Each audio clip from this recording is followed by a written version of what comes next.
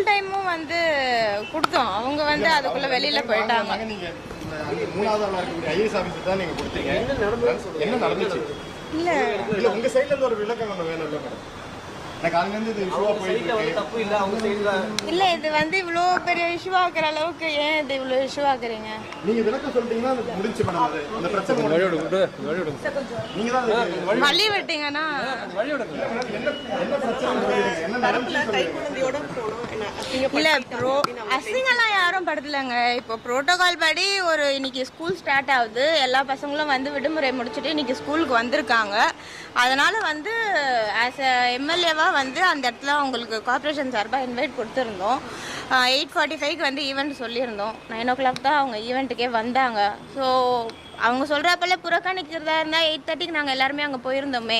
நாங்கள் ribbon cut பண்ணிட்டு போயிருந்துருக்கலாமே. புறக்கணிக்கலே, MLA வருவாங்கன்னாங்க, அதனால நம்ம இருந்தோம். ரிப்பன் கட் பண்ணது கூட நான் கட் பண்ணுறேன். அதுக்கு முன்னாடி அவங்க வேற ஒரு ரிப்பனில் எடுத்து வேற சிசர் எடுத்து கட் பண்ணுறாங்க. அதுவும் நீங்கள் விஷுவல்ஸில் பார்த்துருந்துருப்பீங்க. அதே போல் உள்ளே போயிட்டு குத்துவிளக்கு ஏற்றிட்டு நீங்கள் எல்லாருமே வந்து கார்பரேஷன் ஃபாலோ பண்ணுறவங்க தான் பார்த்துருப்பீங்க. குத்துவிளக்கு ஒவ்வொருத்தராக தான் ஏற்றுவாங்க.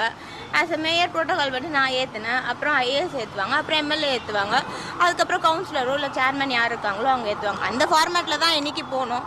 அவங்க யாரும் ஒரு வார்த்தை விஷுவல்ஸில் பார்த்ததுன்னா தெரிஞ்சிருக்கும். யாரும் ஒரு வார்த்தை அவங்கள எதுவும் அவதூறாக பேசலை, எதுவுமே பண்ணலை. அவங்களா வெளியில் போயிட்டாங்க. இஷ்யூ பண்ணணுமே அப்படின்ட்டுன்னு இஷ்யூ பண்ணுறவங்கள நம்ம என்ன சொல்ல முடியும்? செகண்ட் பாயிண்ட்லேயும் வந்து